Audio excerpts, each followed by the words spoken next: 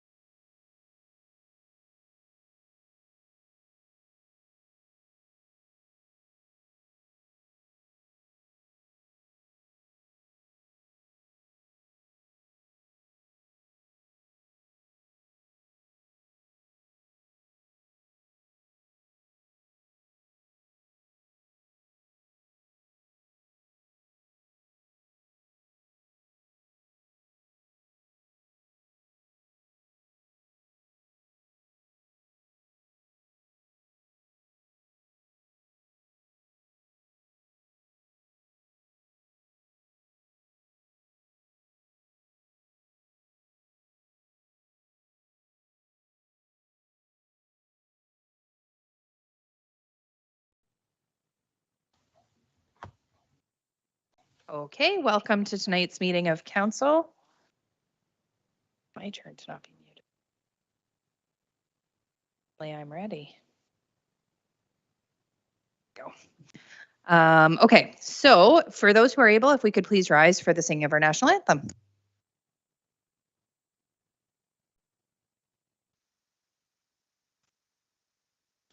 O Canada, our home and native land, true patriot love in all of us command. With glowing hearts we see thee rise, the true north strong and free. From far and wide, O Canada, we stand on guard for thee. God keep our land glorious and free. O Canada, we stand on guard for thee. O Canada, we stand on guard for thee.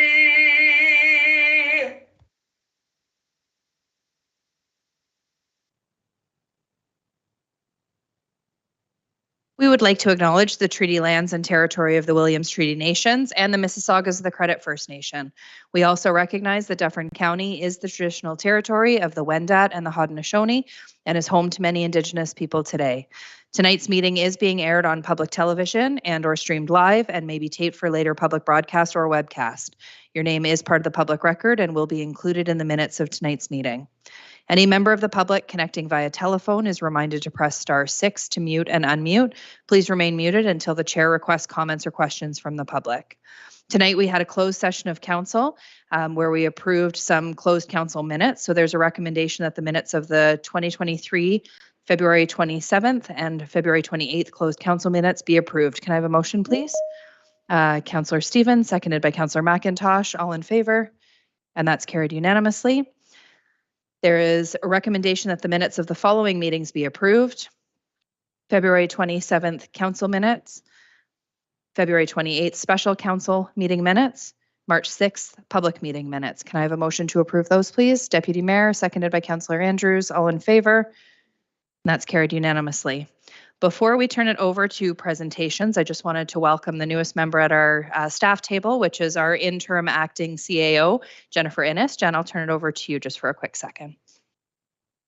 Thank you, Mayor Post, and I'm looking forward to this opportunity. As many of you know, I'm a people person, and I'm a big believer that if we support our staff, they in turn provide quality service to our residents in our community. And it's nice to be part of a highly collaborative council that works well and is committed to working with our staff to deliver that service that our residents have come to know and expect. So I look forward to getting to know all of you and your priorities. And I've already had a great opportunity in meeting with many of our staff, and you should be proud of the team that you've built here in Orangeville. Thank you so much, Jen, and welcome to the team. We're glad that you're here in the interim. We have a presentation from Althea Ali and Sushil Shundal of the Dufferin County Multicultural Foundation. I will turn it over to them. I believe they're joining us by Teams. If they just want to turn on their cameras, and if they've got a presentation to share, they're welcome to do that as well. Absolutely. Thank you so much for having us here today. We appreciate it. Unfortunately, I can't turn my camera on. It's actually broken. I apologize. No problem, Althea. Welcome. Thank you. I can share the screen.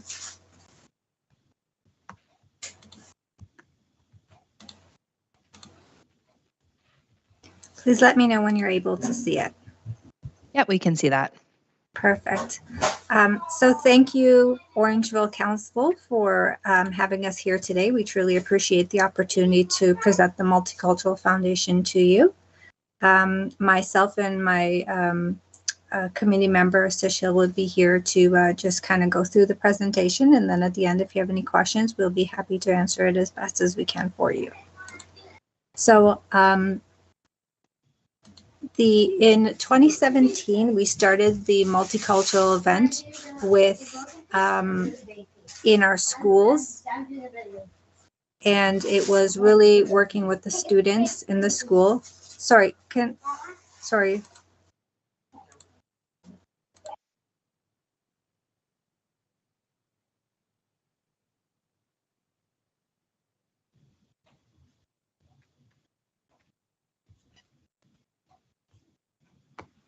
So sorry about that. As I was saying, so we started off in the schools, just talking about culture and having our youth understand a little bit about the different cultures that are making up Shelburne and that were making up their classrooms. They learned a little bit about their friends and their family also. In 2018, we expanded it to the entire community. So we held, in partnership with the Shelburne Library, the very first public multicultural event. We had partners such as MPP Sylvia Jones, Shelburne, Councillor Steve Anderson, and all our local elementary schools participated. We also had Shelburne Police and Fire participate as well. The event really showcased art and foods from our community members. In 2019, the event doubled in size. We actually held it at our local high school here, Senator Dufferin High School. And we had art, poetry, and different foods from different cultures, not only in Shelburne, but throughout Dufferin County. We had a lot of our high school youth groups participate as well in the event, really showcasing their culture and themselves. In 2022, we actually had to pivot and hold a virtual event. The event was a partnership with the Museum of Dufferin, and really had, I apologize, not that one. 2022 was just a virtual event where we had not only Dufferin County, but beyond showcase their art, foods, different recipes, and performances. And we were able to share that on our social media. 2021 was a very interesting year for us in the sense that we actually worked with the different townships, and Dufferin County actually proclaimed June 27th to be Multicultural Day for the first time here. And we flew the Unity and Diversity flag throughout the different townships of Dufferin and Caledon. This year we partnered with that year we partnered with the Museum of Dufferin to hold another virtual event due to the pandemic. We held the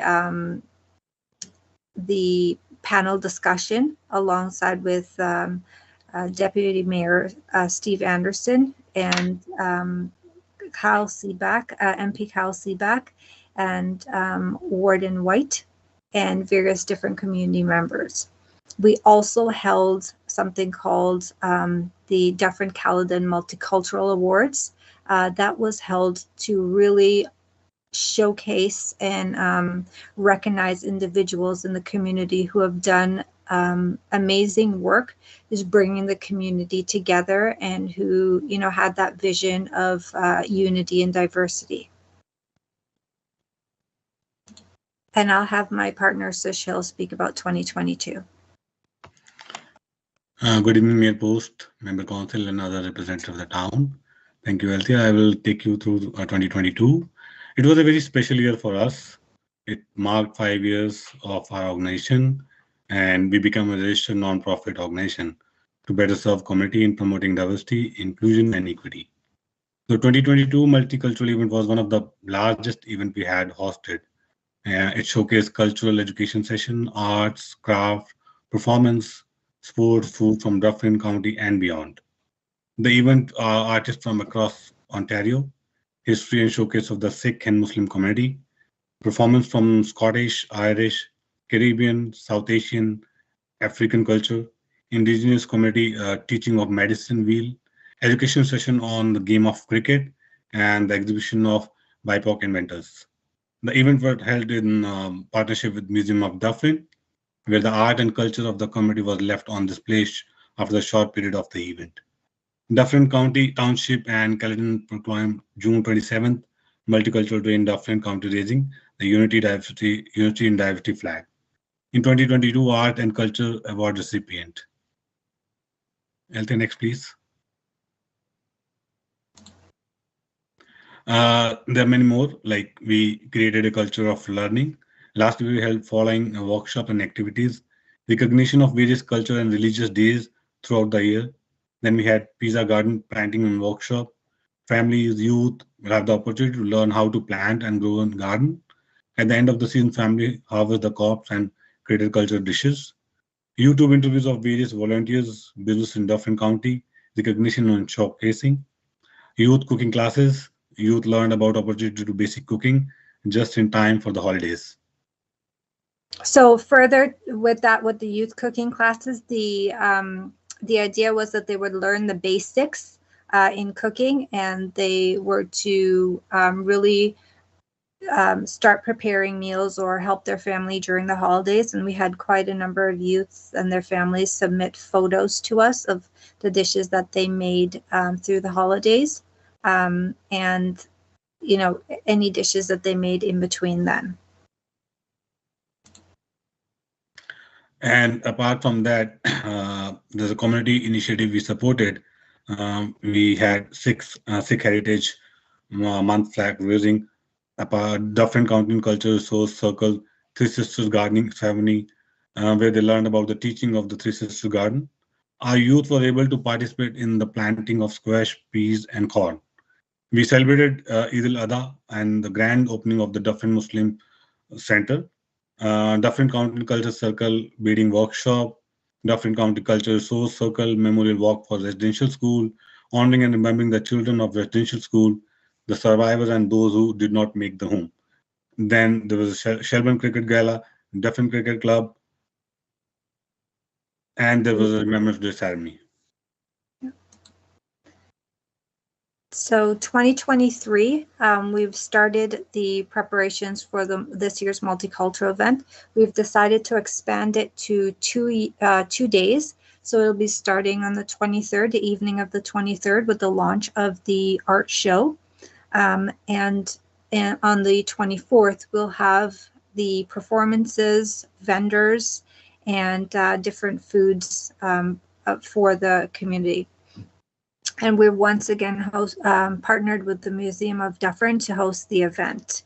We now have the call for artists open, so those in the community can submit their art with the theme Unity Diversity in context.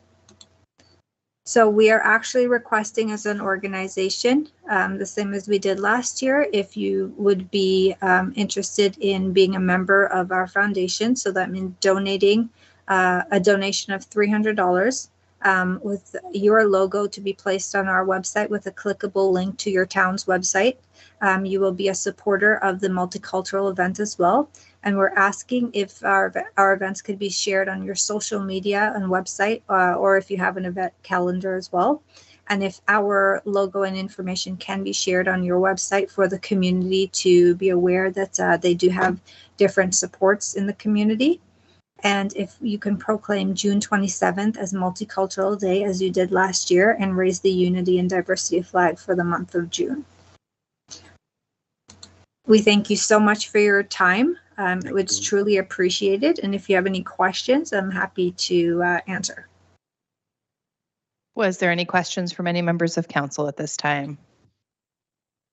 Councillor Andrews, go ahead. Thank you very much, Madam Mayor, and good evening, Ms. Althea, as well as Mr. Social. Nice to see you both virtually, and I applaud the efforts of the association, the Multicultural Association, and what they've been able to do from an EDI perspective. And I know our town has committed to, of course, EDI considerably. I would certainly like to put forth a motion wherever the funds can be found to support this particular endeavor. I do have a question for the clerk, and I know that you keep, of course, a list of any of the proclamations that come to the town. Would the month of June be somewhat problematic for having that flag up for the entire month of June? Because I'm not sure if we have any other organizations that may also have flag proclamations at that. Typically, what we've done, I believe, is that we've split the month with Pride Month, and it's typically been Yes. 2 weeks and 2 weeks, I think. So I believe that we can work with Andrea Shaw just to ensure that it's raised the same way that it was last year. That's correct. We did do that last year. Okay, perfect. That's all I have. Was there any additional questions? Councillor McIntosh? Okay, so my recommendation would be that that money would come from the community grants bucket. Ms. Landry, does that look right? Yeah, okay. So the motion would be the $300 from community grants, and that we would work on the proclamation and the flag raising with Ms. Shaw. Okay, moved and seconded. Any questions or comments? No, all in favor? And that's carried unanimously. Thank you, Althea and Sushil, for being here tonight. We appreciate the presentation. Have a wonderful Thank you so evening. much. Thank you. Thank Thank you. you. We hope to see you in June. Absolutely. Thank you. Thanks. Bye. Next up, we've got Keith McKibben, who's going to come up to the podium. Mr. McKibben, if you can come on up.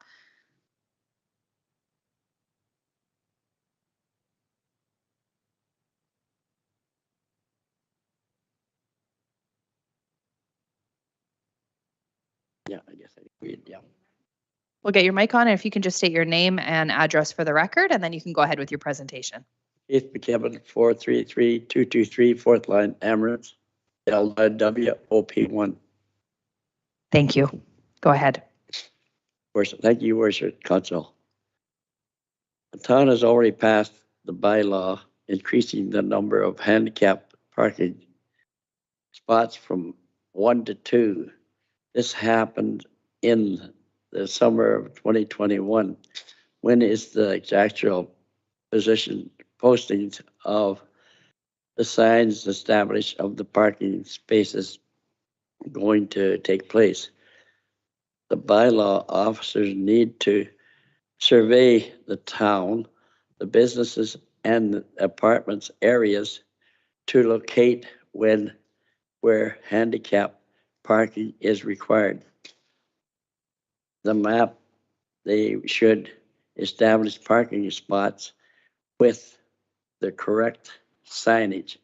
I have already noticed that there are no handicap spots all along Broadway. So where are the handicap people supposed to support the park on to order the shop at the stores on Broadway? I know, for example, Sylvia Jones, this office does not have the proper signage. When I inquired in her office, I was told it was the responsibility of the municipality to establish the signs. That there are many handicap signs in Orangeville that have incomplete information or incorrect information. Often the signs indicating handicap parking have the markings on the ground. With the winter weather, these markings are worn off. The spaces should be marked with a sign on a pole, and the information about enforcement and fine.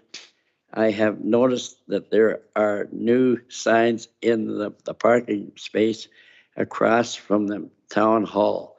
Parking spaces, the process of updating the signage, the rest of the town should start to take place. As of this moment, I have no problem naming a couple of stores that require attention as far as their handicap parking. For example, the convenience store on Elizabeth Street does not have an update code ramp for customers to walk on. There is a space between the wall and the building where a person using a cane can fall. The door into the building is so heavy that it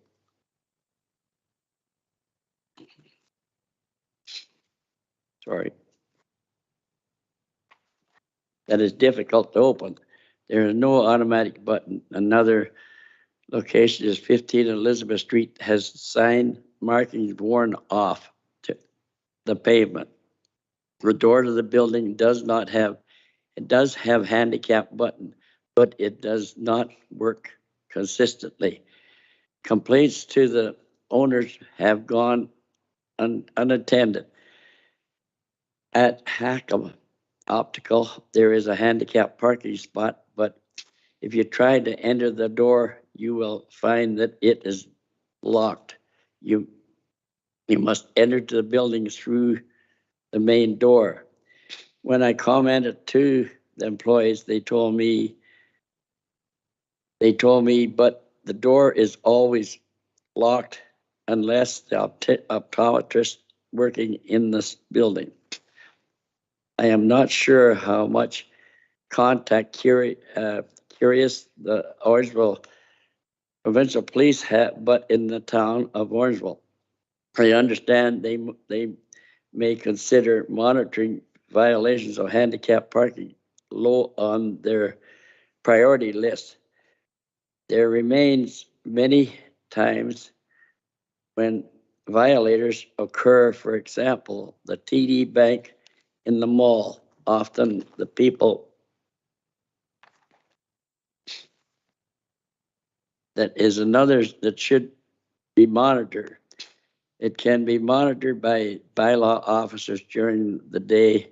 The police could make drive-by visits periodically at night.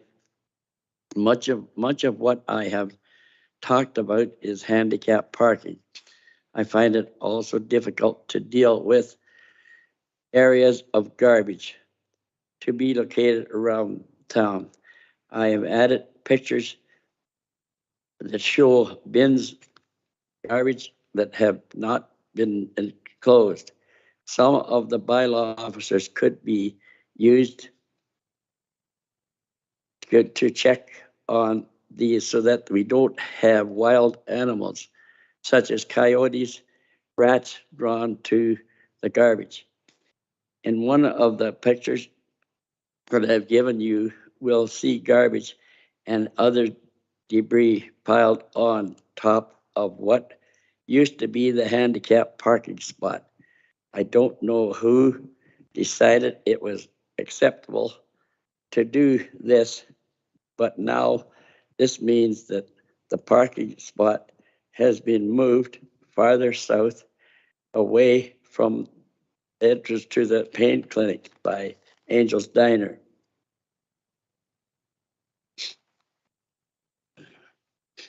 There are parking spots that are not handicapped that are closer to the pain clinic rather than the official handicap parking spot.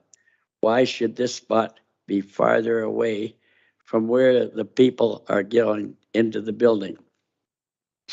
Now, I have been handicapped for a great part of my life. And as I have gotten older, I have found that I have needed to have oxygen and a walker. This means I'm much more conscious of the need for accessibility. I would appreciate if you would work on expanding accessibility within the town of Orangeville. The government has mandated buildings need to be accessible within the next couple of years. Hopefully, this town can make a beginning on doing this. Now, I will say I've been successful again with the TD Bank next door. They've ordered another handicap sign, and the Dave Hallwell, he gave me 2 extra places, parking places, and ramped it. And this is no problem. Like, these people are very acceptable to somebody talk to them. And I find them very reasonable when it comes to the handicap. This is why I'm doing this presentation tonight, to see if we can make more aware of the parking. Thank you very much, Mr. McKibben. Thank you for being here. And I know you've been a great advocate for more accessibility in our community, and I'm grateful for it. I'm going to turn it over to Mr. Koslak in a second to answer some of your questions, but I just wanted to make the comment about the parking spaces on Broadway. And during the last iteration of council, we were really trying through our accessibility committee to find ways that we could have more accessible parking spaces along Broadway, specifically more than anything when there are road closures, because right now most of the accessible parking spaces are available in the lots, the municipal parking lots that are nearby or at Town Hall here beside the building.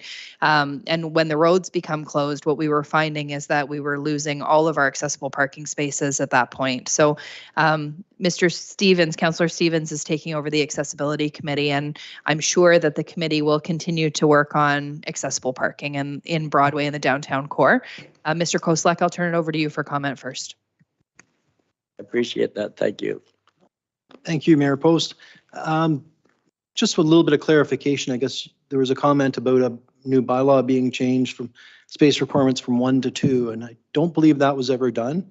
There was a zoning bylaw amendment in 2020 that updated our zoning bylaw to comply with the ODOA regulation 91 or 191. And that had the parking spots amended for any building or any development that had 12 parking spaces. They required 1 parking space. And anything above that, it was 4% of the parking had to be accessible. So our zoning bylaw got updated to that, but I'm not aware of any changes that arbitrarily changed it from 1 parking spot to 2. And if there are certain areas where signage is improper or incorrect, maybe we can follow up after the meeting and we'd be able to correct those on municipal property. Your worship, I just want to say Steve Murphy has been a big help. I've did dedication there. There is 1 in 20 parking, 1 parking place per 20, the first 20, and then it goes up. So Steve Murphy has all that information. I don't know whether it's benefit to you. Steve works for the County of Dufferin, not for the town of Orangeville, but when it comes to planning and any new municipal build or any new builds that are happening, there is requirements that they're required to fall into based on the AODA and the requirements for the Building Act. Not the older ones that does not have a handicap, should have 1 handicap first place. Sorry, can you repeat that? The businesses that do not have a handicap spot, should they not have 1 for their business, 1 in 20? Mr. Koslak? Yeah, through your worship, I guess it would depend on the number of parking spots. If they have 12 parking spots, they would require 1 handicap spot, and that's only for new developments or changes. The way a lot of the regulations worded, if you change your site plan, much like if we do work at an intersection, then we'd go and put the tactile strips in and different things to accommodate the AODA. But if a company is not doing work on their property at this time, I don't believe there's a requirement for them to change to have it accessible. So the older places do not have to adhere to the bylaw. I don't believe so unless they're doing any retrofits or improvements to their property. It's in their best interest to accommodate all users, so if they can retrofit it, but it's up more to the development. I think Steve Murphy is the person to talk about that. Ms. Landry? Thank you, Madam Mayor. The only thing that might help in addition to what Mr. Koslak has indicated is that if we're dealing with an existing business, at the time that business went in, there may be a site plan requirement that they had to put an accessible parking space in. And so if, like Mr. Koslak indicated, if there are particular locations that could be provided to us, that could be checked. Worship, it's very difficult with a walker and oxygen, and I think that I would loan anybody my walker for 24 or 48 hours to see what this is like firsthand. Absolutely. Absolutely. I agree that there is a need for accessibility. We know that there's still opportunity to do better in the municipality. And unfortunately, when it comes to older builds that have been around a long time, if there wasn't a requirement, like Ms. Landry and Mr. Koslak said, they get grandfathered into the way that it was. So perhaps having more of your conversations like you had with the TD Bank would be very fruitful to see if they're accommodating and willing to add additional spots. Recently as well, the town of Orangeville did just pass our community improvement plan. And one of the pieces within the community improvement plan was an incentive for businesses who do want to add additional accessible parking. There's a rebate program that's within that they can apply for, kind of a grant program. So hopefully there will be some businesses out there who are looking to become more accessible that way. As a rule, most people are acceptable to a handicap spot. Now, one of the older buildings that did the front up new, and as a matter of fact, I did phone about that.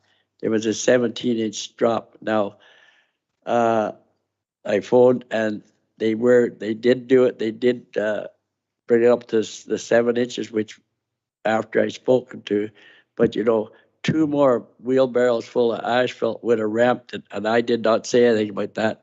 But I believe the bylaw people, whoever, should have this in their mind for the handicap to ramp it whenever they do it. Like it's not hard. Like Dave Hallwell did it up there, no problem. And they just have to be asked. Ms. Khan, do you have additional comment? Thank you, Madam Mayor. I just wanted to offer that from a bylaw enforcement perspective with respect to the enforcement of accessible parking, as well as potential accumulation of garbage. I'd like to offer, if you'd like to get in touch with us directly, it sounds as though you have knowledge of some problem areas, if I could say it that way, and we can certainly endeavor to look into those and see where we can assist in those regards. Well, our good fishing hole is the TD Canada Trust at the mall. They're always pulling in there. I go in there after hours to do banking, and they're pulling in there, running in. It's pretty hard. I have to get my walker or my oxygen out, and somebody pulls in and parks and runs to do their business, and they're not handicapped. These people need to be caught.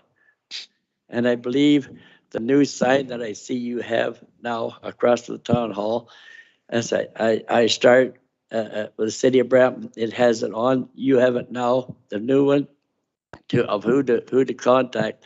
I've called the police and I have had no response back.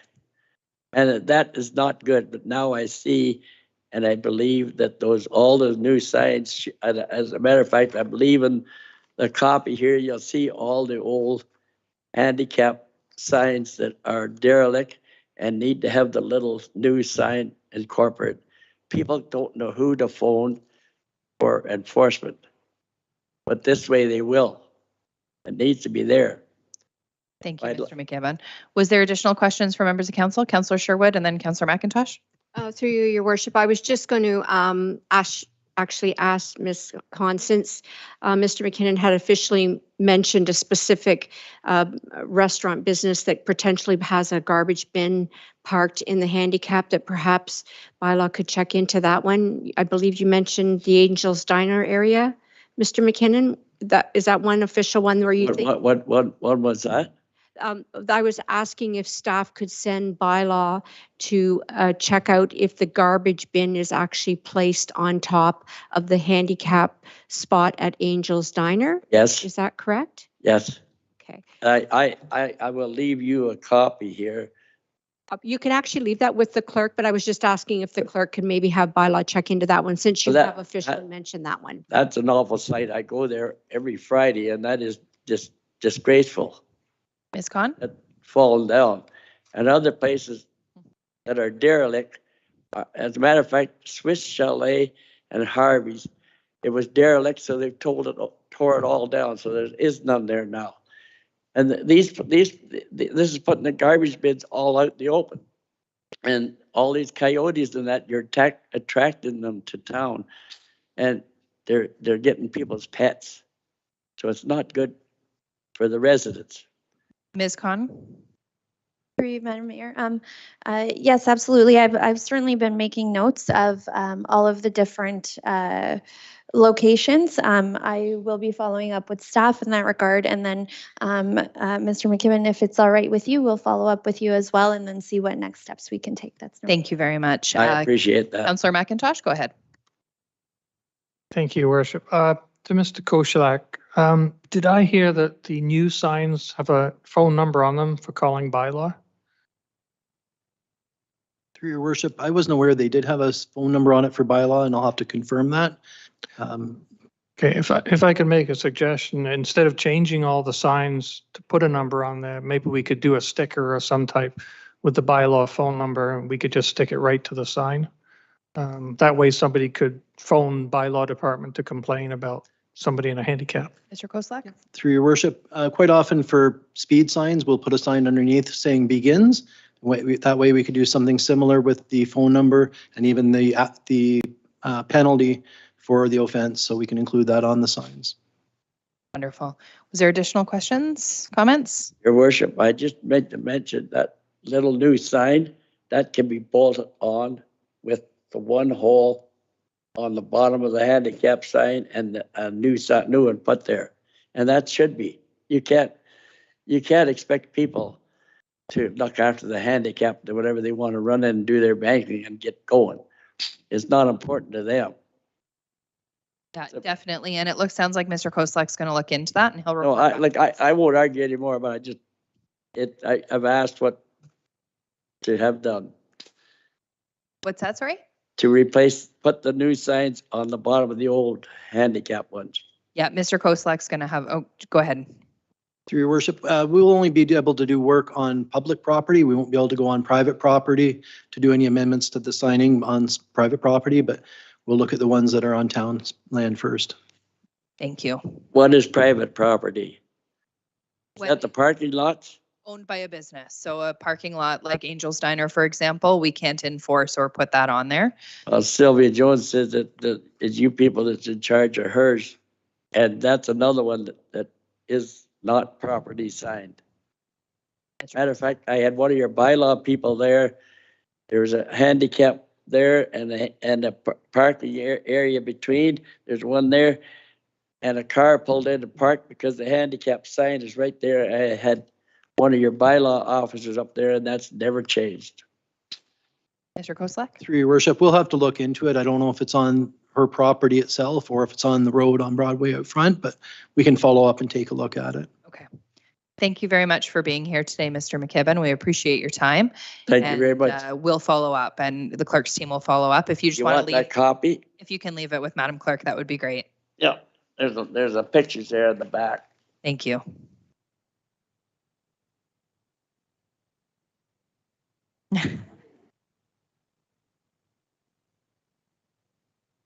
I do see your hand, Mr. Ugolini. We'll just have to wait till question period for any questions that you have.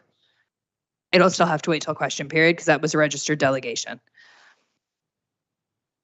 We will move on now to item 12.1, which is staff reports. I will turn it over to Ms. Innes for 12.1, which is the recruitment of acting chief administrative officer. Was there any comments that you wanted to make about the report before we turn it over to council? I think the report outlines all the options that are available to council. There's quite a few things to consider, and I know that the length of the recruitment is a priority of council and it is of staff. And just ask that you take that into consideration. Happy to answer any questions that you may have. Perfect. Before we move on to the recommendation that's in the report, I'll turn it over to any questions from members of council. Questions or comments? Deputy Mayor? Yes, thank you, Worship. First of all, thank you for such a thorough report. It was very simple to read, which I appreciate. Simple person. To me, I think the only things to discuss here is option 1A and option B. And honestly, for me, I think there is a time-pressed nature to this. And I realize that it could limit our choices based on the town procurement policy. But nonetheless, I think option B is truly where we should be going here and get this done, get somebody in here professional that's going to be able to act on our behalf in a quick fashion. So that's how I will be hoping that we go. So I just wanted to offer that as my thoughts. Councillor Andrews? I agree with Deputy Mayor Taylor. Option 1B is the route to go from expediting this. Yep. Councillor Sherwood. I too would be supporting option 1B. I think it's a great option and would work perfectly for us. Councillor Stevens. Yeah, I also agree. That's the one I'll be supporting. Sounds like consensus.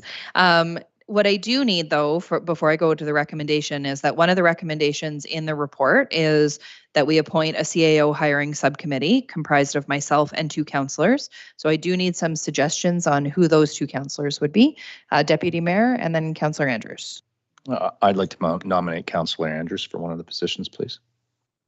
Councillor Andrews? Yeah, thank you. I was going to put my name forward, and thank you, Deputy Mayor Taylor, for your recommendation. Okay, was there an additional volunteer recommendation? Councillor Sher?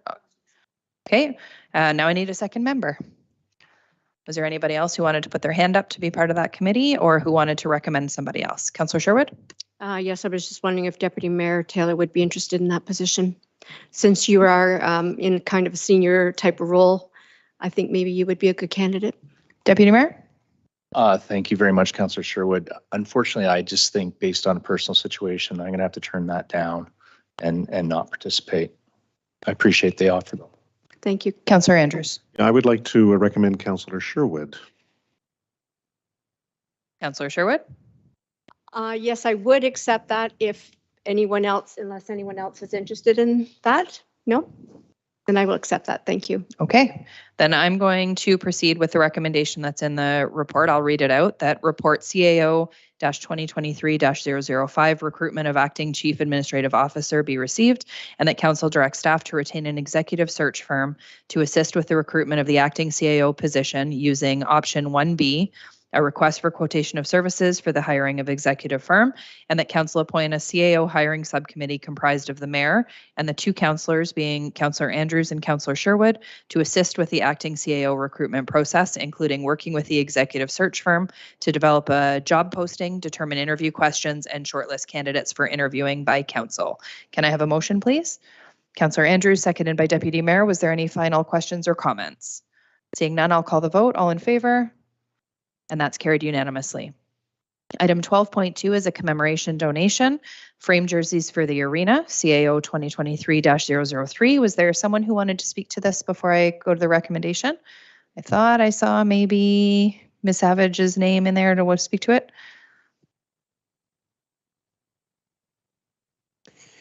Thank you, Mayor Post. Yes, so this is a bit new to me, but it's still exciting. It looks like we have someone someone by the name who may be on the line as well, looking to donate 2 commemorative plaques, jerseys, in honor of a member of our community who's still active in our community, but Mr. Alfonso, who has been integral in our hockey community, both at the local, the regional, and the international level. Wonderful. Was there someone online who wanted to speak to it at all? Madam Mayor, they were going to try to be available virtually, but it seems as though they're not connected at this time. Perfect. So the recommendation in the report is that report CAO-2023-003 commemoration donation frame jerseys for arenas be received, and that council accept the donation of the 2 framed hockey jerseys commemorating local NHL referee Shandor Alfonso to be displayed in the Alder Recreation Centre and Tony Rose Memorial Sports Centre. Can I have a motion, please? Councillor Stevens and Councillor McIntosh, was there any questions? Councillor Andrews and then Deputy Mayor. Thank you, Madam Mayor. This is a wonderful idea. Recognizing someone who's been part of our community. I know that Mr. Stevens and Mr. Taylor and myself and others on council and others in our community are very much aware of his commitment and what he's done. And of course, the recognition at the NHL level too as well provides, I think, just an added value. But where this is going to be located, both at the Alder location as well as the Tony Rose facility, I think it should be prominent, as well as we have over at the Alder Street Recreation Complex, we have our Sports Hall of Fame. So I know that however this is cultivated, it will be a great fixture in our community. And I do want to thank Mr. Laverly for his commitment. I think it's just a matter of figuring out how we end up finding ways to support the fundraising that's necessary for this. Thank you, Councillor Andrews. Deputy Mayor? Thank you, Councillor Andrews. Again, a mutual admiration society here tonight, but I think this is exactly the kinds of things that we should be doing at our arenas, and that is celebrating community members who've had success or have done things in our community and offering tributes for them within our town. For example, the sports memorabilia line, the Hall of Fame, kind of for Orangeville that we have at Alder. These are things that we need to do, and this fits really nicely in with. I don't know why I'm staring at you while I say this, but I just think it's such a wonderful thing, and I'd love to just see us do more of it. So kudos to everyone involved. Was there any additional questions? Councillor Sherwood. Yes, Your Worship. I was really happy to see this. In actual fact, I remember the days that Shandor skated with my sons with hockey, and I can remember him flip-flopping all over the ice at the tyke age, trying to stand his feet. So to see that he's accomplished this is really great. And the fact that he is now teaching my grandchildren to skate. One of the things I did want to mention on the plaque, and I think it's just a sample, I believe it said his birthplace was Orangeville, and I hope that they would verify that. If they could maybe change the wording to hometown as Orangeville instead of birthplace. Anything else from members of council? No, seeing none. I will call the vote. All in favor? And that's carried unanimously. On to 12.3, which is the Town of Orangeville Corporate Strategic Plan from 2023 to 2027. There's a recommendation that report CAO-2023-004 Town of Orangeville Corporate Strategic Plan be received, and that council approve the new Town of Orangeville Corporate Strategic Plan 2023 to 2027 as outlined within this report and in attachment 1, and that staff be directed to implement the plan through execution of annual corporate business plans, including departmental work plans and annual budgeting processes, and that staff provide annual reports to council and the public outlining progress with implementation of the plan. Can I have a motion for the recommendation, please? Councillor Stevens, seconded by Deputy Mayor. Questions or comments? Councillor Andrews, Deputy Mayor. Thank you. Who was first? Madam Mayor, I do want to again compliment those that have been responsible for having this strategic plan processed and delivered. We've had the opportunity for consultation, for input, and the revisions have been made. I'm very, very happy with the outcome. And I also want to thank, again, Ruth Phillips for her champion of this particular initiative. I'll have more to say a little bit later in our council meeting. But I do have a question for you, Madam Mayor, because I know that you've been very clear about the idea of having open town hall type of discussion. As much as this information is readily available, will this be something that you would be willing to at least share with the community? Because this is really one of those points of references that's a report card for us, departmentally and as an organization. Absolutely, Councillor Andrews. I think that's a great call, and I'm actually working with the communications team right now to try and get the first town hall planned, and we're just trying to figure out where we're going to do it and what that's going to look like. But I think this would be a great topic to bring forward at the first one. Thank you. Deputy Mayor, go ahead. Yes, thank you, Your Worship. I would just like to say again, these documents, when you write them, first of all, I really like it. It's simple, it's easy to understand and whatnot. I just had my first meeting with our new CIO, Ms. Innes, and guess what we discussed? The strategic plan. So it should really be part of all of the discussions that we have. Anything that isn't in the strategic plan, we shouldn't be talking about. It should be all related to accomplishing this for the most part. I mean, I know things are going to come up. And the last line in the report at the top where it says that staff will provide annual reports to council and the public, I just think that is so key. And, I think the way you're describing it, Madam Mayor, is here's the initiative and here's the completed piece and we've moved on. And if we could do that from a communication standpoint, and it doesn't have to be anything big, but just enough so that the public knows and we check the list and we move on. So anyway, I was very pleased with this report, and that's all I wanted to say. Thank you, Deputy Mayor. And I think you're exactly right. I think it's important for our community to know what us as a town are working towards, but also what us as a council are committed to doing and what our strategic priorities are. Was there any additional questions or comments from members of council? Seeing none, I'd like to echo the comments of thanking Ms. Phillips for her hard work on this. This was a beautiful piece of work that we're going to be working towards. So I'll call the vote then. All in favor? And that's carried unanimously. Item 12.4 is the Parks and Events bylaw. There's a recommendation that report CMS-2023-002 Parks and Events bylaw be received, and that council pass a bylaw to manage and regulate the use of parks, special events, and film production in the town as presented, and that council repeal the following bylaws and policies, which are bylaws 7-81, 76-2008, and 128-2016. Also, the Parks and Facilities Permit Terms and Conditions Policy, the Parks and Open Space Unusable Conditions Policy, the Vehicle and Facilities Policy, and the Outdoor Permit Special Event Policy. Can I have a motion, please? Councillor Andrews, seconded by Councillor Sherwood. Any questions or comments? Councillor Andrews. Thank you, Madam Mayor, and I just wanted to again thank staff and those responsible for investigating and making the adjustment to the bylaw regarding drones. We have spoken about this before. We have a professional community that, of course, has the expertise. They have the appropriate licensing, and you've outlined it very clearly what the rules of engagement are for them. But I think this was a great decision, and I'm very appreciative of that. Wonderful. Was there any additional questions or comments? Nope, seeing none, I'll call the vote. All in favor? And that too is carried unanimously. Item 12.5 is the Opera House Management and Cultural Initiatives Amending Agreement, CMS-2023-004. The recommendation is that report CMS-2023-004 Opera House Management and Cultural Initiatives Amending Agreement be received, and that council authorize the mayor and clerk to sign the Opera House Management and Cultural Initiatives Amending Agreement for the period of January 1st, 2023 to December 31st, 2027, as outlined in Attachment 1. Can I have a motion, please? Deputy Mayor, seconded by Councillor Prendergast. Was there questions or comments? Councillor Sherwood.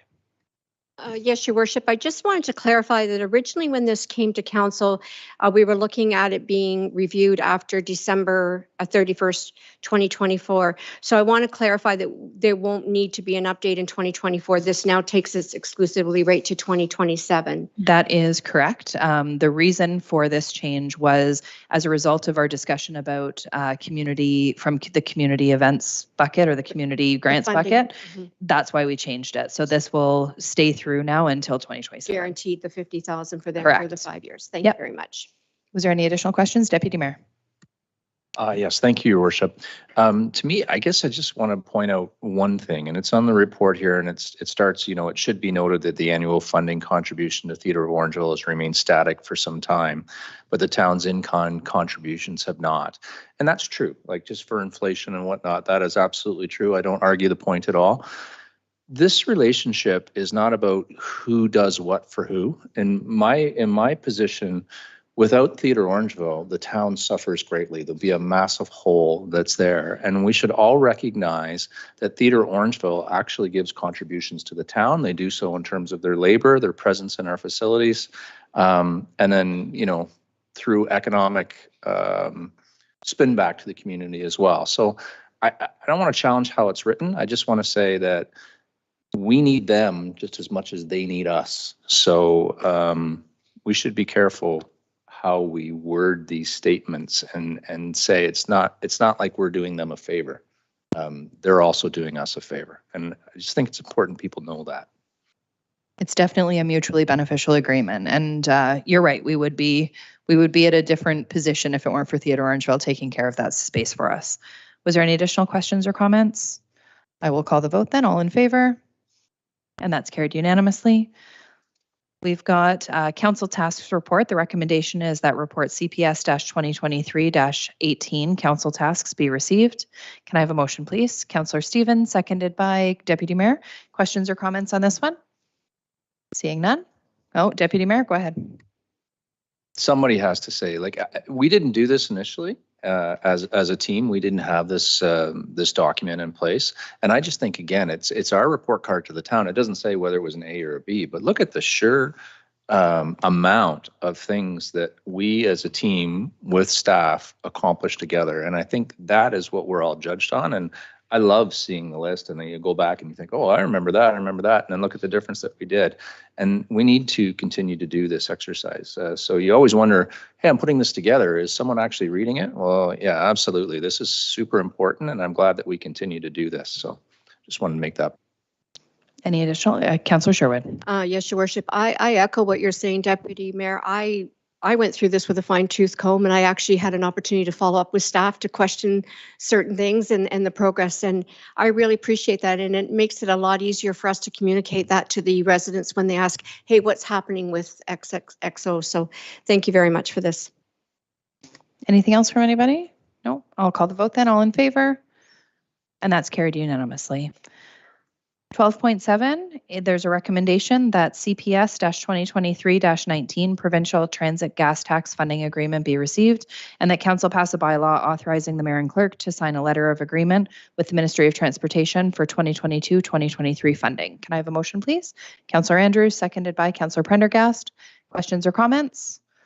I'll call the vote. All in favor? And that's carried unanimously. 12.8 is the committee appointments update. The recommendation is that report CPS-2023-20 committee appointments update be received, and that council endorse the representatives and members submitted by the various community groups and advisory committees as appointees as outlined in report CPS-2023-20, and that council pass a bylaw to appoint members to the Heritage Orangeville Committee, and that council pass a bylaw to appoint members to the Committee of Adjustment Property Standards Dog Designation Committee, and that bylaw 2019-21 be amended to amend clause 1 and delete clause 4 and schedule A. Can I have a motion, please? Councillor McIntosh, seconded by Councillor Andrews. Questions or comments on this one? I'll call the vote. All in favor? And that's carried unanimously. 12.9, there's a recommendation that report CPS 2023-21, 2022 council and board member remuneration and expenses be received. Can I have a motion, please? Councillor Sherwood, Councillor Stevens, any questions or comments? All in favor? And that's carried unanimously. Up next, we've got 12.10, which is the Drinking Water Quality Management Standards. The recommendation is that report INS-2023-17 Drinking Water Quality Management Standards update report be received. Can I have a motion, please? Councillor McIntosh and Councillor Stevens, any questions or comments on that report? Deputy Mayor. Thank you, Worship. Through you to Mr. Koslak. I always find this report and any report with water confusing. And we honestly, as a group, and I don't mean to throw everybody in, but we kind of glaze it a little bit. And why we do so is because we don't necessarily understand the nuances of what's exactly happening. Is it possible for you to give us a Coles Notes with some highlights of what's going on in this report, and maybe just a little bit of mentoring, like a little education perhaps of what we've got going on here and what's important? Mr. Koslak? Certainly, through you, Mayor Post. Actually, I'd like to introduce Tim Thompson. I don't know if many councillors probably have met Tim. Tim's a long-standing employee with the town. He's the author of the report, and he's our water compliance person. So Tim's online, I believe, and probably can give a better overview than I can, and because he lives and breathes water all the time. Tim, I will turn it over to you then. Okay, thank you very much, and through you, your worship, to members of council. Just to give you a bit of background on what this DWQMS is all about. And one thing you'll find with water is that we're big on acronyms, and DWQMS stands for Drinking Water Quality Management Standard. And it came about following the Walkerton inquiry in the early 2000s. The provincial government and the inquiry recommended that municipal water systems in the province of Ontario be operated in a manner similar to how industry is operated, in terms of something similar to an ISO standard, where there's a set of standards that are adhered to as a quality management system. So in other words, the product that we're producing is the drinking water, and we put into place the quality management system to produce good quality water on a consistent basis. So since Walkerton, we've been required to have this quality management system, and there's various components that make up that system. The biggest one probably being the operational plan, which is referenced in the council report. The operational plan documents how the municipality will operate its drinking water system to adhere to the quality management standard. So the operational plan is telling us how we operate the system and how we will comply with the requirements of the standard. So it's the guidebook and the rules, if you will, for operating our municipal drinking water system. That operational plan and the operation of the system itself is subjected to audits. So much like a financial audit might be done, we are subjected to annual audits on our drinking water system. So every calendar year, we have an internal audit that we do ourselves to monitor our progress and make sure that we're complying with what we need to and identifying any opportunities for improvement. We're also subjected each year to an external audit by an external auditing service. And they come in and they look at our systems, they look at our operational plan, our management practices, etc. And they give us either a pass or a fail. And they identify any areas where we might be non-conformant. I'm happy to report that in 2022, we were subjected to our reaccreditation audit, which we passed. There was no non-conformances identified by the auditor. And the town was reaccredited as the operating authority for its own drinking water system. And the example I like to use for this is a driver's license for your car. Think if you had to take your driving test every 3 years and you were audited on your driving skills and how you operated your car. And if you pass that test, you get to keep driving for another 3 years until it's time to take the test again. So this is very similar to that, and we have continued to pass the test every 3 years and have remained as the accredited operating authority of our own drinking water system. The other components in this report deal with the management review, which is where the senior management staff in the infrastructure services meet on an annual basis to discuss the QMS and to review the audits and the results of the accreditation. And as well, the last part of this report deals with standard of care. And just to mention to council that the standard of care applies to anyone that on the owner's side that has decision-making abilities or oversight for municipal water systems. So in this case, council does have the oversight for the municipal drinking water system, and the standard of care applies to them.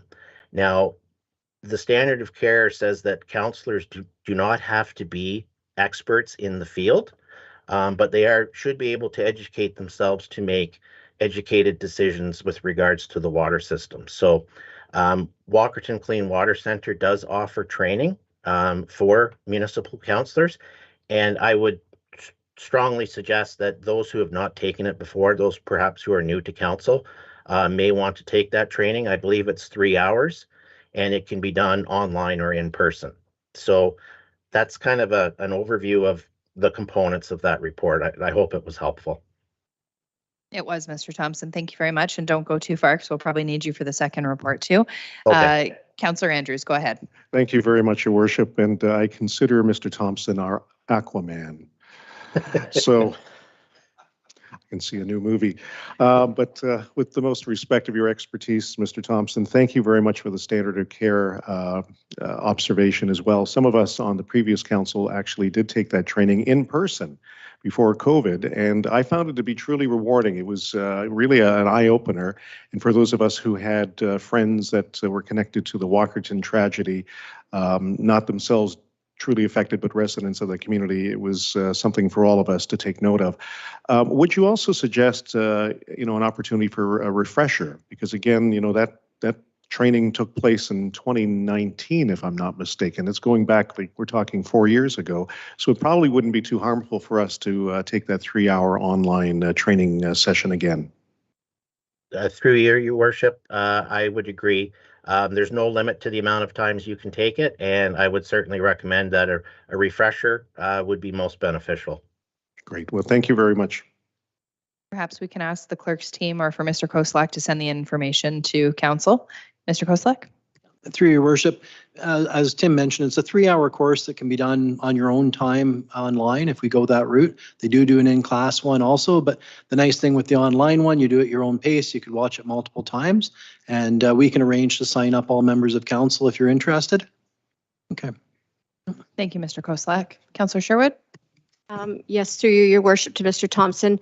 I want to thank you very much for when I reached out to you with the questions I had regarding your report.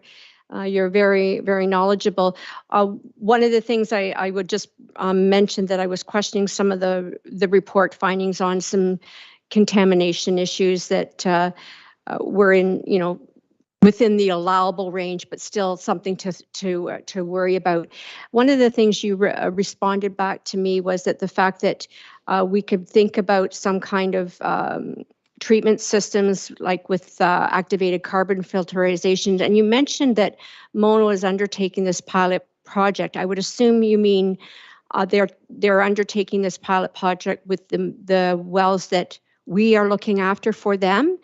And my second question regarding that is, you mentioned that Orangeville should maybe choose to do this. Is this something that you can come forward with council further after seeing the results of those well tests of the pilot project for Mono? Mr. Thompson? Through your worship, to Councillor Sherwood, yes, this is actually jumping forward to the next report where we're talking about the annual and summary waterworks reports, but I can certainly address that now if you'd like. It has to deal with arsenic. And some of the pilot project that's going on in the Mono drinking water system, yes, that's correct. It is one of the systems that we operate on their behalf. We are also the accredited operating authority for the 2 Mono drinking water systems as well, Cardinal Woods and the Island Lake drinking water system. Just to give a bit of background, the arsenic that we're seeing in Orangeville's water is below the drinking water quality standard. It's quite a bit below, actually. The current limit is 10 micrograms per liter, and a microgram per liter is approximately equal to 1 part per billion. So the standard in Ontario right now is 10 parts per billion.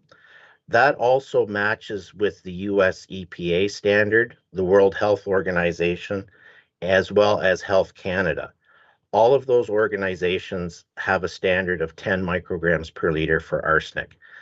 Currently, when it is detected in the Orangeville distribution system, and I'll just look at my number here, it generally averages to less than 1.2 parts per billion. And that arsenic is coming from natural sources. Arsenic is quite common in the Canadian Shield and in the underground rock formations in the aquifers in this area. And it is being picked up as the water moves through the underground aquifers. So again, I'd like to stress that it is much less than the allowable standard. And from my background on this, I understand that the 10 is set not only as a health-related parameter with quite a considerable factor of safety involved in that standard, but once you get below 10 micrograms per liter, you're sort of reaching the limits of treatment technology.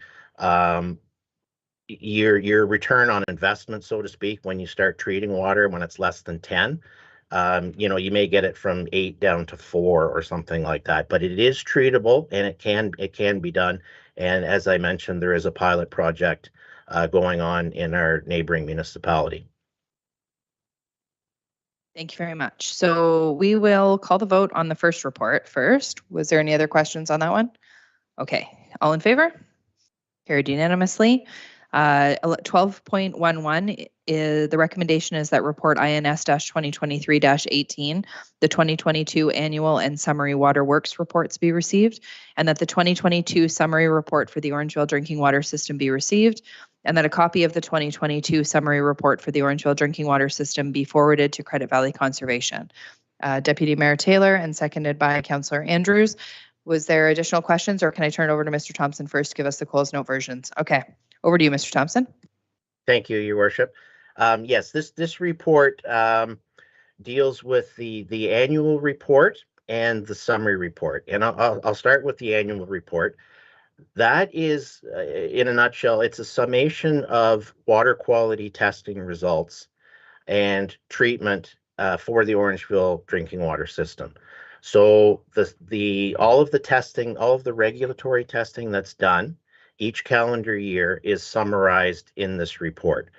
And I can appreciate Deputy Mayor Taylor's comments about it's not an easy read.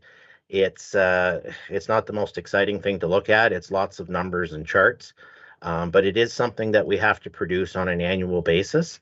And that report is made available to the public on the website by February 28th each calendar year. So that report was published on the web on February 28th, and it documents all of those water quality parameters, etc.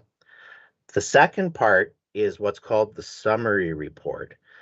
That one we have to provide to council by March 31st each year. So that's why it's come to council tonight on the 20th of March, because we are required by regulation to submit it to the owner, which is Orangeville Council, by March 30th each year. And that report deals with any instances of non-compliance that occurred during calendar year 2022. And there are some that are documented in that report. And if there's any questions regarding any specific ones, I can answer that. And then it also contains a table that summarizes the treatment capacities of the various water treatment facilities and the amount of water that was treated in 2022 versus what the rated capacities of the treatment systems are. Thank you very much. Councillor Andrews. Thank you, Your Worship. Mr. Thompson, again, as has been conveyed by other members of council, both reports thorough and a lot of reading, and I learned a lot. To the point of non-compliance, my question is pertaining to, are there any penalties regarding any non-compliance identifications? Mr. Thompson? Through you, Your Worship. There can be, depending on the significance of the non-conformances. They can vary all the way from, improperly filed paperwork to gross negligence. Fortunately, we don't have any of that. Typically, what it involves is the inspector will come in, the ministry inspector, and if there's something identified in that inspection process, for example, one of the items in this year's report was we needed to develop a schedule for underground inspections of the underground components of our production wells. So it was something that we needed to do to improve our processes. We didn't have a set schedule, and that was a non-conformance with regards to our drinking water works permit. So we've implemented a schedule now. So it can be simple things like that, and there's no penalty. You just have to demonstrate to the ministry when they come back the following year that you've implemented those changes and you're now in conformance. Is there any additional questions for members of council? Seeing none, I'll call the vote. All in favor? And that's carried unanimously. Thank you, Mr. Thompson, for being here today and all of your good information. Thank you. Item 12.12, 2022 Annual Performance Report for the Orangeville Water Pollution Control Plant. The recommendation is that report INS 2023-19, the 2022 Annual Performance Report for the Orangeville Water Pollution Control Plant, be received. Can I have a motion, please? Councillor Sherwood and Councillor McIntosh, any questions? Deputy Mayor. Oh, okay. Was there any additional questions from anybody? Nope. All in favor? And that's carried unanimously. We'll move on to correspondence. There's a recommendation in the agenda that March 27th, 2023 be proclaimed as World Theatre Day, and that the month of May be proclaimed as Community Living Month, and that the following correspondence be received. 13.1, proclamation request for World Theatre Day. 13.2, the proclamation request for Community Living Month, and 13.3, correspondence from the Township of Amaranth regarding county planning services. Can I have a motion, please? Councillor Andrews and Deputy Mayor, any questions or comments? Seeing none, I'll call the vote. All in favor? And that's carried unanimously. 14 is committee board minutes. There's a recommendation that the minutes of the following meetings be received. We only have one, which is the library board meeting minutes of January 25th. Can I have a motion, please? Deputy Mayor, seconded by Councillor Prendergast. Questions? Deputy Mayor. Yes, thank you, Your Worship. Just more of a comment and a question, I guess, for the library board. At a certain point in the library board minutes, it talks about the issues that are ongoing within the library, and that is there's issues that happen within the four walls of the library that require police intervention. I thought in the past we did a really good job at police intervention at the library, and it looks like maybe that has fallen off. So there's reference in there about coming to Police Services Board. I think that's exactly what we should be doing with our committees is if the library board would come, and it sounds like, why would you do something so formal? Well, I think it's worthy enough of an issue that it should be formalized and that they should come and we should have the discussion and just make sure everybody understands how important that is and what the situation is. So I just wanted to call it, I guess it's a kudos to the library board for the way that they handled that. And I think that's exactly what we should do. And then as a sidebar to that, the Police Services Board is coming to council within the next couple of weeks as well for a report, which again, I think as committees, we should be doing that and using, cross-pollination amongst these committees. So anyway, more of a kudos to the library board. And I know that problem and we need to get at that for sure. So. Absolutely. There's good comments there. And really, there was always a downtown officer and it was the same officer. So everybody knew him and he never really went in at the same time, but he did always go through. So there was always a uniform presence on and off throughout the day in the library. And it made a big difference when it came to deterrence and making sure that things weren't happening. So getting back to that would be a really great thing and making sure that there's another familiar face that's taking its time to walk through the library. So thank you for those comments. I will call the vote for receipt, please. All in favor? And that's carried unanimously.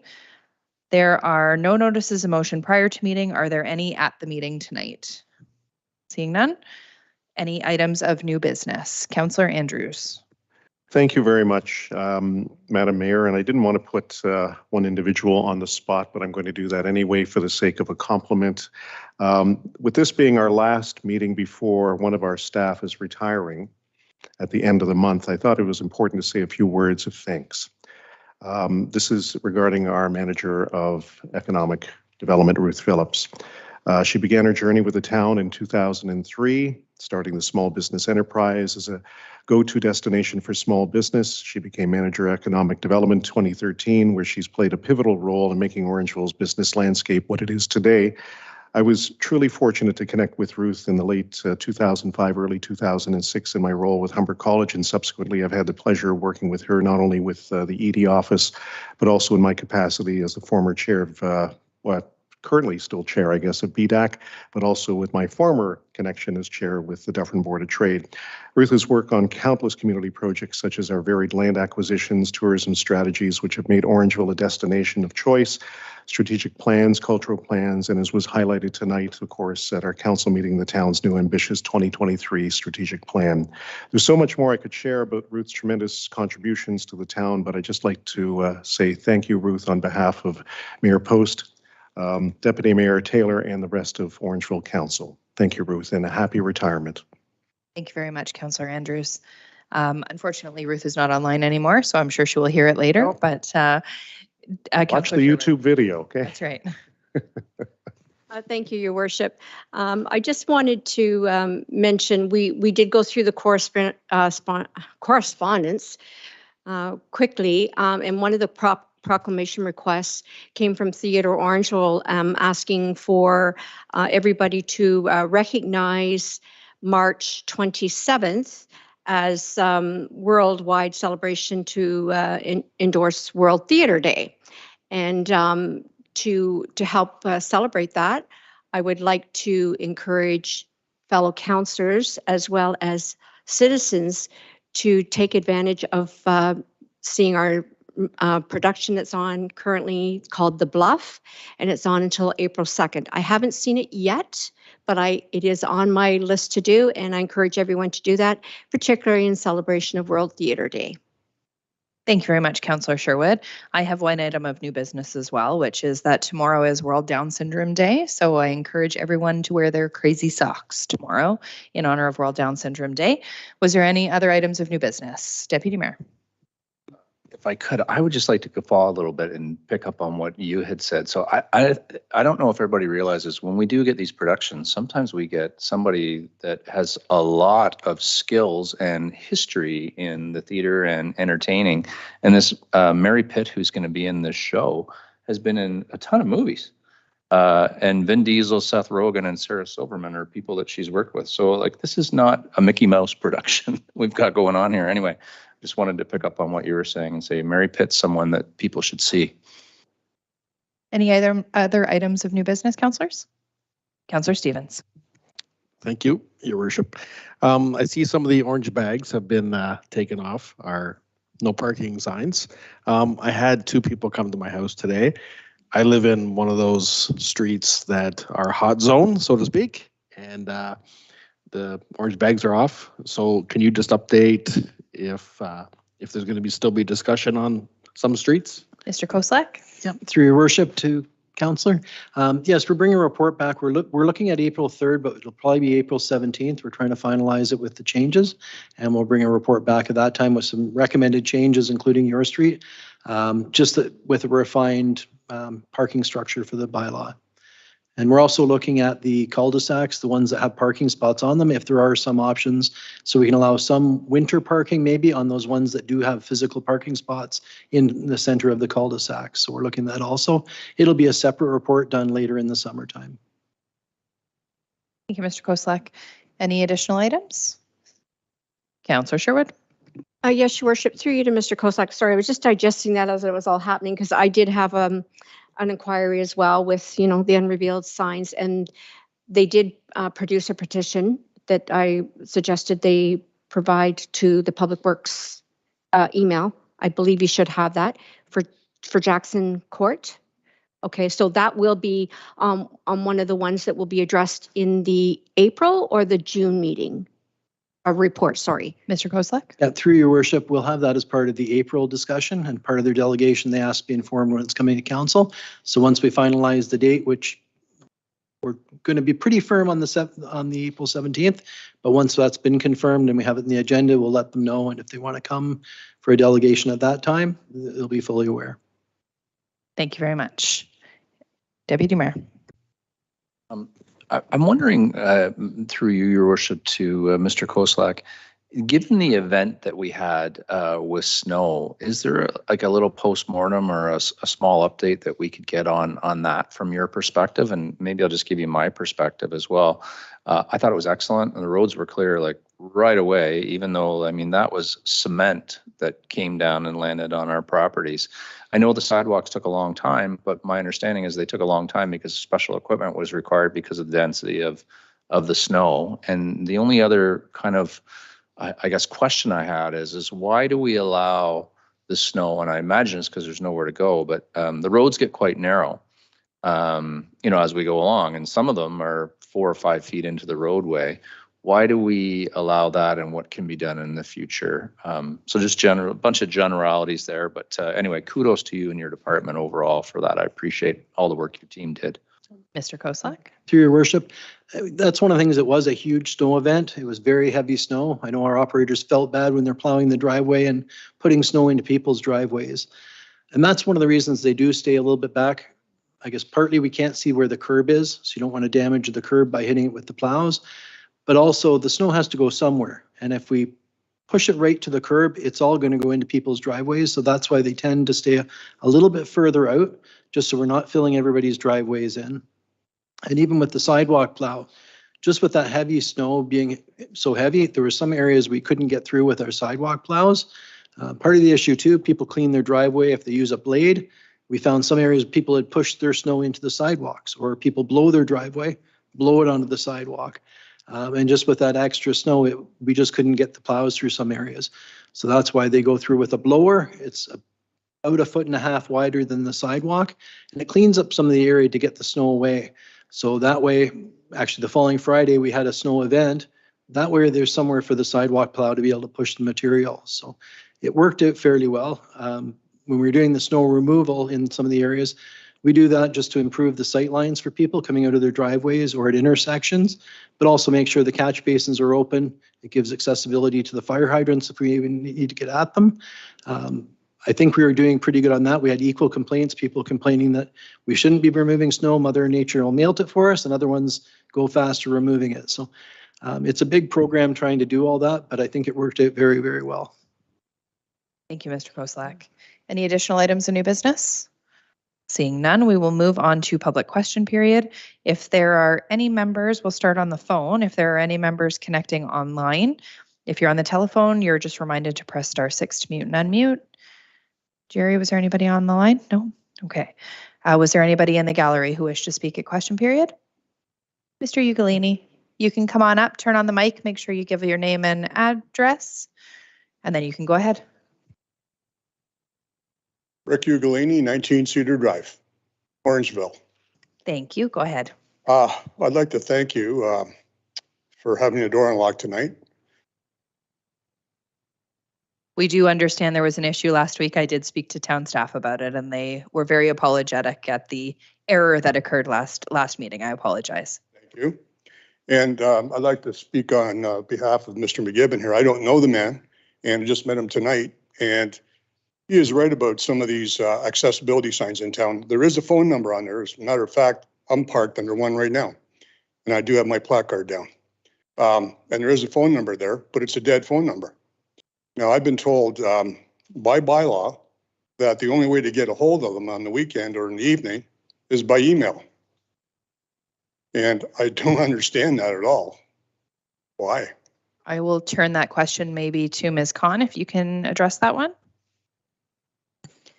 Absolutely, through you, Madam Mayor. We do have staff available by phone through regular office hours, 8:30 to 4:30.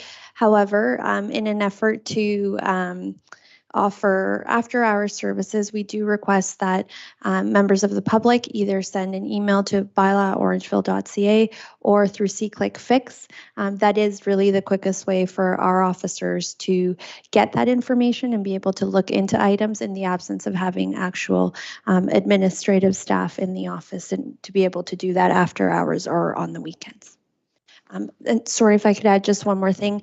If there is anything of an urgent nature, however, that needs to be addressed, then members of the public are always encouraged to please call the OPP. Perfect. Thank you very much, Ms. Khan. Mr. Ugolini? All the OPP. Well, I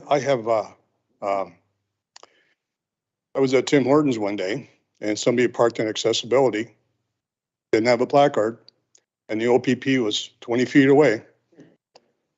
Didn't do a damn thing. Just told them to move. And it's a minimum of $300 fine. OPP don't care about accessibility. They don't care about a lot of things in this town. Can I perhaps turn it to Deputy Mayor Taylor? Perhaps there's an opportunity for Mr. Ugolini to come and delegate to the Police Services Board with concerns? That's what I'm thinking too. I mean, to me, I think our OPP is benevolent. They want to do the best things they can for our community. But I think if you've got specific concerns like that, Mr. Ugolini, we should probably address them through the Police Services Board. And you're welcome to come and do that. As a matter of fact, we're here tomorrow at 5 o'clock for open with the Police Services Board right in this room. And you could address the OPP there yourself. I think that would be a good idea. Very interesting. Thank you. Yeah. Thank you. Also, I'd like to talk about the signs here in town, Mr. Koslak. We got a lot of signs in this town. Stop signs, no parking signs, no parking fire route, no left turns. Personally, I think all these signs are suggestions because they don't mean anything. I've almost been T-boned 4 times at the same intersection. People running the stop sign, trying to make the green light on Broadway. And that, let's see now, that's at Zina Street in Clara. 4 times in 2 months. So I would suggestion then that that would also be an item that you can discuss as an area of concern with the Police Services Board. I think that Deputy Mayor, who's also the chair of the Police Services Board, I think that that's an excellent recommendation, that if you can address those there from an enforcement perspective. We quite often have members of the OPP who are present at our meetings and who can take that back, and the chair himself can then send a message to the inspector and address any of the concerns as well. Tomorrow night, 5 o'clock. Tomorrow night, 5 o'clock. Now, one other thing is about accessibility again. The new trail that's being built on the west end of town, is that going to be accessible to people with mobility issues? Who am I best to turn that question to? Ms. Savage, go ahead. Thank you, Mayor Post. So the trail on the west end, sorry, whereabouts is this? Which one is it? One they're building right now by the Avalon. Oh, by the Avalon, yes. So that should be a paved trail. And so that is considered a multi-use trail and will be accessible. Now, we have a lot of paved trails in this town. And none of them are accessible right now because of the snow. Now, people like Mr. McGibbon, where is he supposed to go to take a walk? I don't know, like I've tried Rotary Park, the paved portion there and along there, but what happens now is a lot of these private parking lots, they're pushing the snow over the banks and covering the paved portion of the trail. We've already talked about that, and it's still happening. Deputy Mayor Taylor, I think, wanted to make a comment, and then maybe I can turn it over to Mr. Koselleck to talk about snow clearing on trails. Well, I might be saying the same thing as you, Mr. Koselleck, but there is certain trails in town that are deemed necessary for schools and whatnot. And the other trails, it's been a long time controversial thing. They are not plowed, and it's a cost-effective measure, but they're not deemed to be necessary for transport throughout the town. I know you're a frequent walker, but not everybody is using them, and it's a cost-saving measure. I only use, I don't even walk my neighborhood because it's in such bad shape. The sidewalks are so broken and sunk. But I walk in other neighborhoods because nice sidewalks and they're cleared. And my dog doesn't get to pull me down when she's on leash. But I guess she's always got to be on leash. Yeah, okay. But yeah, like this new trail that's being built, is it going to be accessible for people with mobility issues in wintertime? Or is it going to be like you, Mayor other Post? So none of the trails are maintained in the winter. So there should be signs posted in some areas saying that parking lots and trails are not maintained during summer or when the snow is not there. We live in Canada, okay? It snows here 5 months a year. I'm not asking for every trail to be accessible. Just give us one. Out of how many do we have here? And again, we can work with council. That is a service level. That would be a change in service level. And we can work with our council members and talk about the one trail maybe near the retirement home, I think, because Avalon is that. And look at something like that in the future. I just want to be able to walk it without falling down. It's ridiculous. There's so much snow. Only people that don't have mobility issues can use these trails. And it's ridiculous. I mean, I pay taxes the same as they do. And as mentioned, this would be a service level increase, and it would be something that we could discuss again at budget time. Well, there's $32 million. I mean, what is it to plow one little trail? I mean, I do it myself. It'll be something that we'll discuss at a future budget, Mr. Ugolini. Okay. Thank you. Good night. Thank you. Was there any other items for question period? Seeing none, we do have our bylaws. There's a recommendation that bylaws listed below be read 3 times and finally passed. 19.1 is the bylaw to manage and regulate the use of parks, special events, and film productions in the town. 19.2 is a bylaw to authorize the entering into and execution of an opera house management and cultural initiatives amending agreement with Theatre Orangeville. 19.3 is a bylaw to authorize a letter of agreement with the Ministry of Transportation under the dedicated gas tax funds for public transportation program. 19.4 is a bylaw to establish a municipal heritage committee. 19.5 is a bylaw to establish a committee of adjustment for the town of Orangeville. And 19.6 is the confirmatory bylaw to confirm the proceedings of the Council of the Corporation of the Town of Orangeville at its closed and regular council meeting held tonight, March 20th. Can I have a motion, please? Councillor Prendergast, Deputy Mayor, seconded. Any questions or comments? All in favor? Carried unanimously. And a motion to adjourn. Councillor McIntosh and Councillor Stevens, all in favor? Carried unanimously. Have a lovely evening, everyone.